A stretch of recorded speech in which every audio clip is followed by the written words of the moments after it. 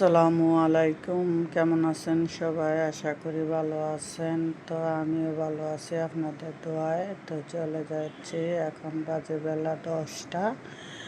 এখন চলে যাচ্ছি আমি একটু মানে মার্কেটে যাব, কিছু কেনাকাটা আছে টুকটাক। তো এখন তবে মার্কেট সকাল সকাল বন্ধ হয়ে যাবে।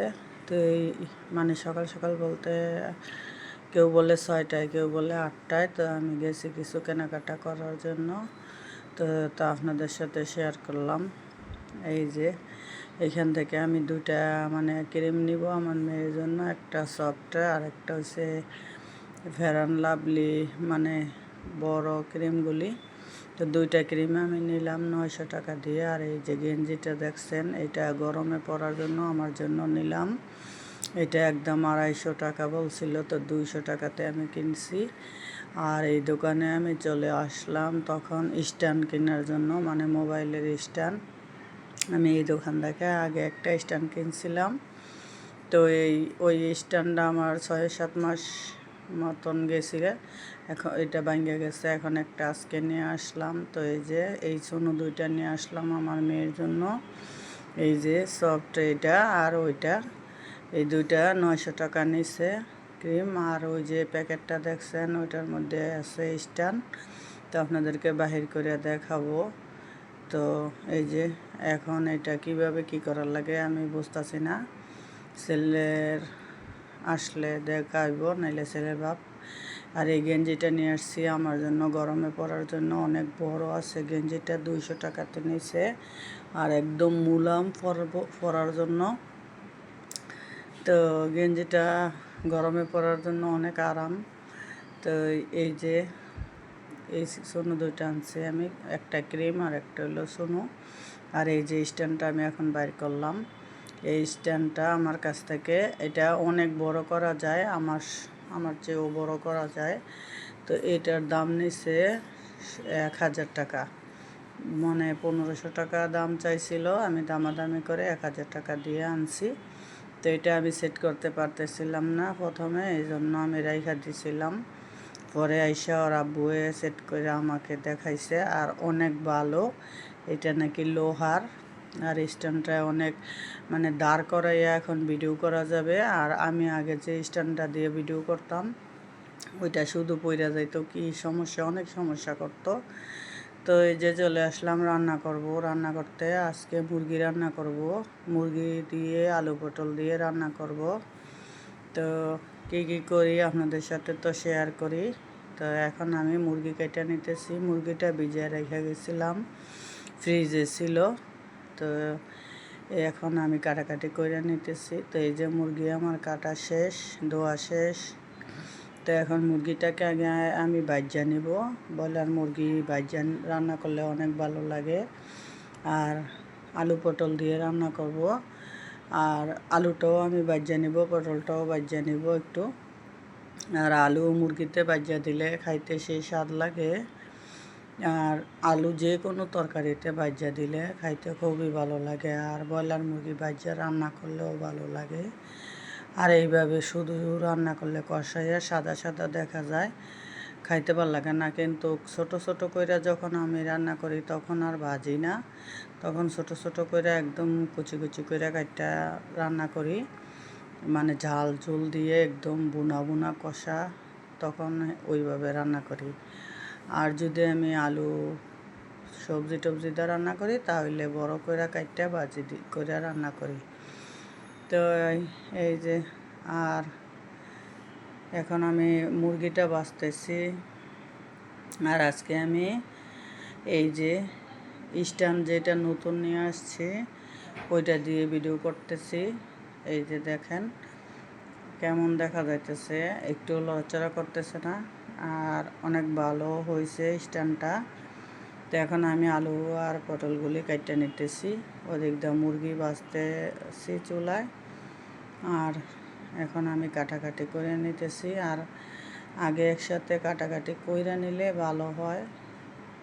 মানে মুরগিটা বাজার রাইখে আইছি, এটা হইলো আমার মানে বেডরুম মাইয়ার রুমে আর কি, বৈশা কাটাকাটি করতেছিলাম। তো এইখানে আমি এই যে আবার আলু আলু কাটটা আলু ভাজতেছি।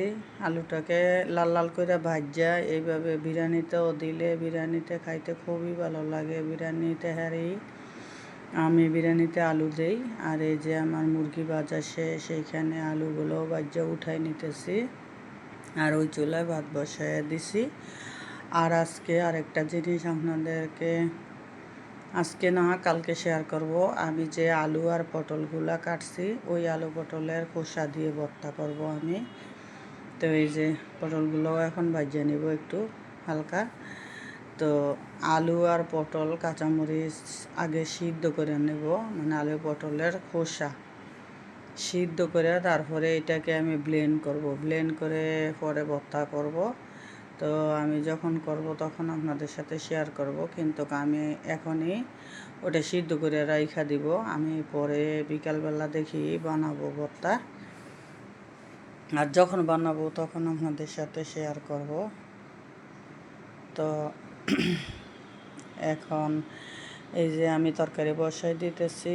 এখানে দিয়ে দিলাম তেজপাতা, গরম মশলা, পেঁয়াজ আর তেল। আর এখন আমার ভাতও বলক এসে গেছে। তো আজকে আর একটু আগের তরকারি, মানে প্রতিদিনই আগের তরকারি থাকে, একটু একটু হয় থাকে, ওইটা দিয়ে আমি বাসি তরকারিটা মনে করেন আমি খাইয়ালাই। তো এই যে আদা রসুনটা আমি দিয়ে দিলাম বাটির মধ্যে। আদা রসুন এটা শেষ, অন্য বাটিতে আরও আছে করছি। তো এটাতে অনেক দিন ধরে রাখছিলাম, এই বাটিটা খালি করে ফেলছি। তো এখন এখানে মশলা দিয়ে দিতেছি মুরগির জন্য, সব মশলা আর হলুদ মরিচ সব কিছু। তো মশলাটা আগে কষায় নিব। আর এই স্ট্যান্ড দিয়ে ভিডিও করতে মানে খুবই ভালো হইতেছে, কিন্তু এখানে আবার চুলার মানে ভিডিওটা একজনে ধরলে মনে করেন পুরো ভিডিওটাতে আমার এবারে দেখা যায়, কিন্তু এখন যেভাবে এইভাবে আমাকে মানে দেখা যায় না, ভালো ভালো একটা মানে বেশি দেখা যায় না আমাকে। তো এইভাবে সাইডে আমাকে একটু একটু দেখা যাইতেছে, সমস্যা নাই। তো এখান দিয়ে দিছি জিরার গুঁড়া, সব মশলা দিয়ে মশলাটা আমি কষাই নিতেছি। আর পটলের তরকারি আমার কাছে খুবই ভালো লাগে। পটল যদি সিদ্ধ করে কষলায় ভর্তা করি তাইলে আমার কাছে আরও বেশি ভালো লাগে, কারণ পটলের ভর্তা হইলে আমার আর কিছুই লাগে না। তো পটলের ভর্তাও একদিন আপনাদের সাথে করে শেয়ার করব, দেখাবো আমি কিভাবে ভর্তা করে খাই। তো এখন মশলাটা কষানো শেষ, এখন আমি সব আলু, মুরগি, গিলা কলিজা সব একসাথে দিয়ে দিতেছি। আর আমি আমাদের এই জায়গায় যে মুরগি কিনি ওই জায়গায় একজনে মানে গিলা কলিজা পাও মাথাও বিক্রি করে। আমি তার কাছ থেকে গিলা কলিজা পাও মাথাও কিনে নিয়ে আসি, কারণ কলিজা আমার মেয়েকে ডাক্তার বলছে খাওয়াইতে, কিন্তু আমি রান্না করি ঠিকই, ওই একটু একটু খায় আর আমরাই খাই। আর কলিজা মানে মেয়ের বাপের খুবই পছন্দ, তো এই জন্য আমি ওইখান থেকে কিনে নিয়ে আসি, মুরগির সাথে মিশিয়ে রান্না করি। আবার আলাদাভাবেও আমি গিলা কলিজা রান্না করি, আপনাদের সাথে শেয়ার করছিলাম। গিলা কলিজা রান্না আমাকে অনেকবারই দেখছেন।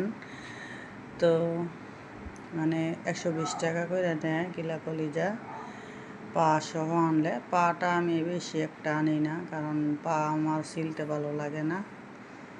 তো এই যে এখন আমি দিয়ে দিলাম ঝোল আমার তরকারিতে।